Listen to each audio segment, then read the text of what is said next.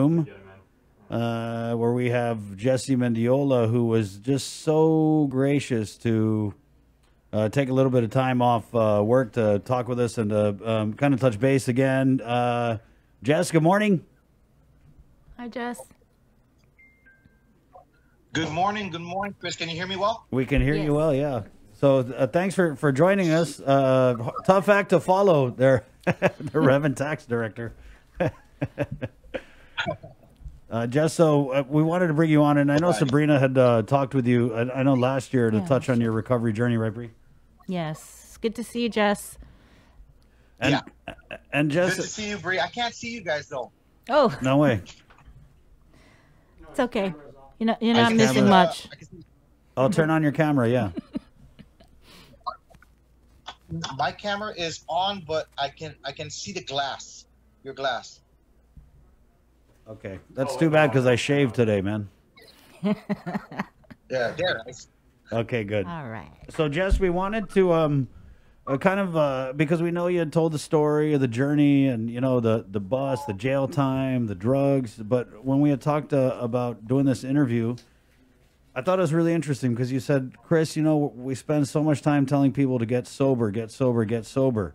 But a lot of times we don't tell them why they should get sober or what life is like on the other side. What life is like living sober, right? So let's just catch up there. And I feel like a lot of people know your story. So when you got sober, let's talk about how your life changed. Go ahead. Go ahead. Go ahead. You go ahead. Okay, I got sober while incarcerated. I was incarcerated in federal prison in 2015. And I started to rethink my life and where I wanted to head in life after I got out. Obviously, some people use prison as a time to reflect on their thoughts and rediscover who they are. Other people use it as a way to garner more connections, as to educate themselves on how they can further enhance their criminal career when they are released. I took the former as opposed to the latter. So I sat down with myself and I just had a plan. I told myself I can't create any more excuses when I get out. And I realized that the biggest opponent I have in my life are my own thoughts, because that's the biggest challenge we have, is fighting our demons. So I instituted a plan while incarcerated, and it's up to the individual themselves where they want to go. I had dreams, I had aspirations, and I had hopes as a child growing up, and I continued to hold on to those dreams and aspirations, but I didn't want to take the necessary path of hard work to attain those dreams. I wanted to take shortcuts, and that's the thing in life. If you take shortcuts, you're not going to get the full taste of everything you're getting. You're not going to feel the same way as you worked hard for it. So I told myself about to my addiction. I had my addiction for what the demon is in itself. So when I got out, I told myself, okay, 9 months before I got out, I called up my old boss and I told him, I said, boss, I'm getting out. Do I still have a place of employment with you? The first thing he said is, are you done with your BS? I said, yes, I am. He said, okay, you're a great worker. You have great work ethic. When you get out, come on over, give us a call. So already I laid the groundwork right there. And then I was wondering, a lot of people get released from prison with financial difficulties. That wasn't the case for me.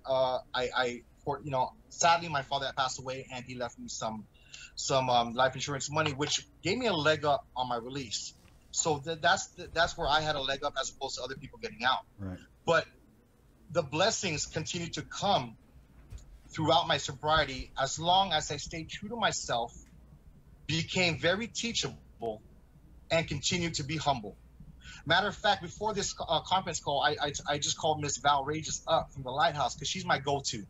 Val is my go-to anytime I'm going to go on the radio or do a show or have any questions, comments, or concerns.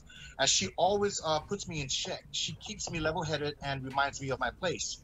So she told me, she said, Jesse, you're going to be that voice that's going to help people out there.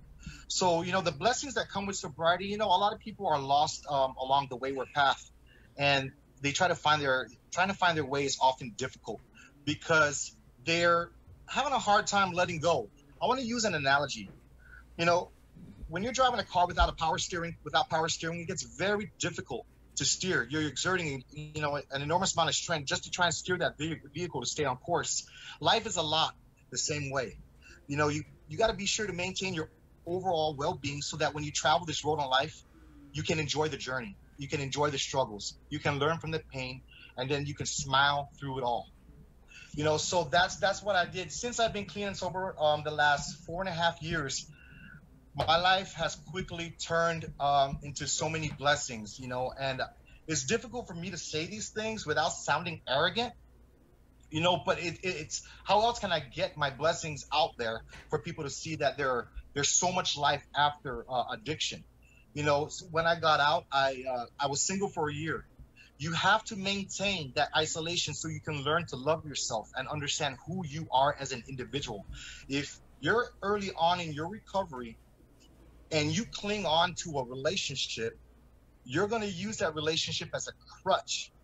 It's going to be a self-dependent, a codependency now. You got to be able to depend on yourself and your higher power alone, because that's the only way you're going to get through it. Because not everyone's going to be there for you when your struggle is occurring. So after that first year of being single, I maintained my employment. First thing I did, 3 months out of prison, I got a car with no credit, just a little bit of a down payment, and I got a brand new car. So, okay, God's telling me you're doing great. This is a blessing I'm going to give you. Continue to stay true to yourself, and honor your sobriety and your recovery. A year and a half later, I got married. Boom, another one. These were the dreams and aspirations that I had growing up. The minute I started being true to myself, everything started falling in place. I did not have any more excuses. I owned up to every single mistake I had in my life. I took responsibility for it. I tried to make amends to all of those that I've hurt in the past. And things have been working out. Now, the biggest blessing of all is I'm about 3 weeks away from closing escrow on my very first home. Though I was gifted a home by my father, I wanted to create my own success after sobriety. And everybody is entitled. Everybody has that desire and that strength in them to seek out a better life. It's all determined and dependent on how bad an individual wants it. Mm-hmm. If they want it bad enough, they will get it enough. You can't force somebody to get sober.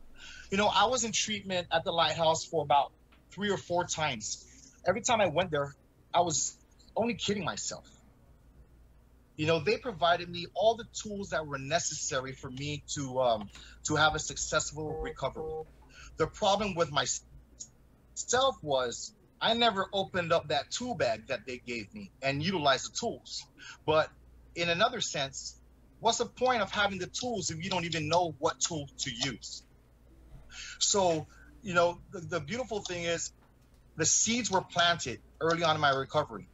It just took some time for me to water it in order for it to grow into what it is now. What's next for me is, I work in an industry where I can, reach out to a lot of people who are afraid to seek treatment, because I work in the construction field, and many people know in the construction field there's a lot of active, users in the construction field. And my presence here offers them some light, some hope, some perspective, some guidance on things. And just as recently as a shout out to me on Facebook because he saw my interview, it said, "I saw your interview and I need help. I need help. Can you help me?" So I talked to him for a bit, and I directed him to the proper channels, because I am not a counselor. I am not a certified specialist in any way or means. But I am the conduit, if you will, to direct them into where they can seek treatment and where they can seek help. Right. I want individuals out there to know that when it rains, it pours, right? Mm-hmm. Now, it depends on what type of rain you're going to experience. Do you want to experience a thunderstorm of stress, of anxiety, of negativity in your life, or do you want to experience the joys of rain? The rain of joys, if you will, because right now the blessings will pour upon you nonstop. as long as you continue to be true to yourself, take responsibility for your actions, and want better for your life. Because ultimately, an addict thinks that they're only hurting themselves. I'm sorry to say, your loved ones are hurting more and suffering more than you are. You know, and we have to learn how to put our selfish desires aside. But in retrospect, talking about selfishness, when you're in recovery, I was told that you have to be selfish because it has to be about you in your recovery and you alone. But once your recovery has garnered that foundation and that strength, you know, then you can branch out and, you know, you can do things for people. You know, it's just life has just gotten so great these days, and I continue to use Facebook and social media as my outlet. Right. To reach people. Already a lot of people know my story, so it gets kind of redundant for me to continuously repeat my story. But if I can't laugh about the journey I've been through, then what's the whole point? Right. You know, I can laugh about where I've been through and what I've gone through because, you know, it's made me who I am today. Jess, you gave some very, very eloquent testimony. I remember there was a game room bill, and so yeah, you definitely, you know, not just talk the talk, but you walk the walk. I want to go back when you talk about it rains, it pours, and not talking about a rain of blessings, but we've all seen it. We all have those family members who just struggle with drugs. You know, most of the time it's crystal meth, ice. But how many times have we had that instance where you're just so proud of your family member or you're someone you know because, man, they've been doing good, they're off the stuff, and then boom. Maybe a pandemic hits, maybe they're stressed, and then they're back on it, and it's just that letdown. And we've all felt that, like, God, he was doing so good. Yes. You know, relapses, a person will relapse in their mind before they relapse in real life. I've learned that in recovery. Because once you have that thought of a relapse, you're going to feed it. You're going to continuously feed that thought. You have to have, Miss Val told me this trick. She puts to put a rubber band around my hand, and every time I have a thought of a relapse, to snap that rubber band back so we can change my train of thought. Now, relapses, especially in these times of COVID, it causes people to be desperate. Many of them are out of work.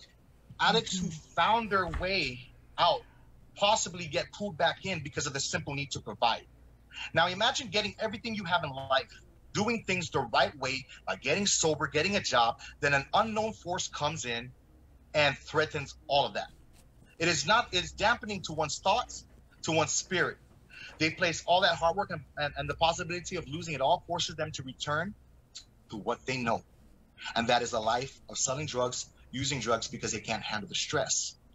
You know, and then often they'll lie to themselves. I'll sell this, make a little money just until COVID is over and I return back to work. You know, I can't fault them for that. People need to survive, but here's the thing. Once you get back in, it may very well be your last time. It may very well be your last breath, because you could just, by all, you lose your life right then and there. So, to put things in perspective, if an addict has hit bottom more than one time, you've rebuilt your life more than one time. There's no need to go back to that type of life, because you've already been at the bottom. You know what it takes to rebuild. This is just a different sort of bottom. You know, now your strength is gonna be tested, your sobriety is gonna be tested, and your faith is gonna be tested. This is where individuals need to reach out to centers like the Lighthouse Recovery Center, OASIS, TOGI, and Guam Behavioral Health and Wellness Center, because those individuals will remind you that you are not alone. They will give you the tools that you need to not find yourself in that rut. Because there are a lot of people out there relapsing. Suicide the suicide rate is high because the stress level is overwhelming for them. I say this: call me up on Facebook Messenger. I will not give out my personal cell phone because that's a personal cell phone. But call me up on Facebook Messenger, and I will help you out the best I can. Not monetary wise, but I will offer you some advice, some hope, some inspiration. And I will point you in the right direction, because no matter how bad life gets for me, if I lose everything right now, I will not resort back to selling drugs. I will not. That ship has come and gone. Right now, I am setting sail for better seas. And yes, the seas will get rough. When it gets rough and I get very lethargic, I just pull over to a port and just rest. Rest easy. Take a minute, breathe, say a prayer, and just trust the process. Trust in God. Now, words are very easily spoken, right?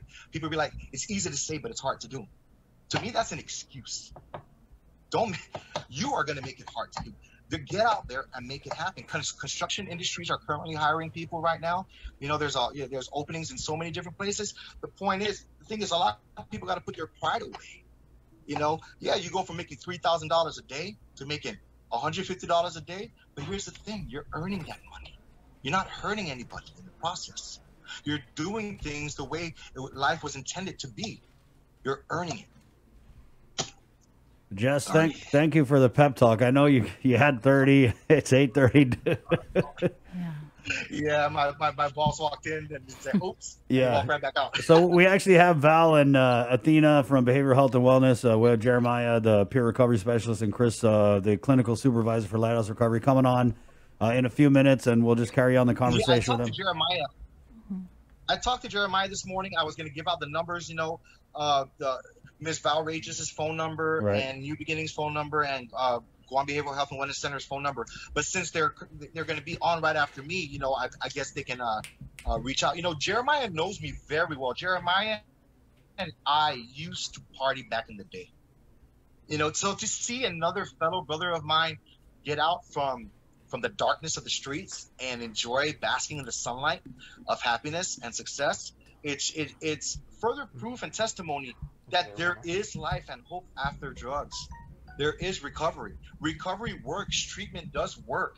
We are living proof of that. With rocks like Athena Duenas and Val Rages to keep us in check. Hi, Miss Athena. There's Miss Athena right now. Yeah, let's pop her on. Yeah, we got Athena Duenas. So we kind of want to bring you on first, Athena, just to pave the way. Athena Duenas. I was at the Lighthouse, right, 4 times, and booked this one period in time. So I had to go to New Beginnings, and Miss Athena was my counselor at New Beginnings. And I'm a difficult client, if you will, because I can speak. I stressed out. Miss Val told me like it is. She's a no BS type of woman. She holds me accountable, and she will. If she ever found out I relapsed, she will go to whatever house I'm at and pull me out by the ear. Yeah, by the ear, and she would have Miss Athena in tow. That's the type of the 2 women out there who I would always turn to no matter what if I ever have any questions, comments, or concerns. And part of my strength in recovery is due to them not giving up on me. Well, I know there's a lot of people, they don't give up on Jess, and we're going to go ahead and jump into the conversation with them. I know you got to get back to work. Thanks for taking time off to share your story. Jess. Thank you. You guys have a great day. You too, my man. There you go. Okay, he's on Facebook. And again, if you want to give him a call on the Facebook Messenger, he probably won't answer now because he's got to go back to work. But yeah, it's Jesse Mendiola, and I like how he talks about recovery and, tells people what's very possible when you achieve sobriety. So we'll go back into the KUAM News, the Zoom room, where we're going to start with Athena.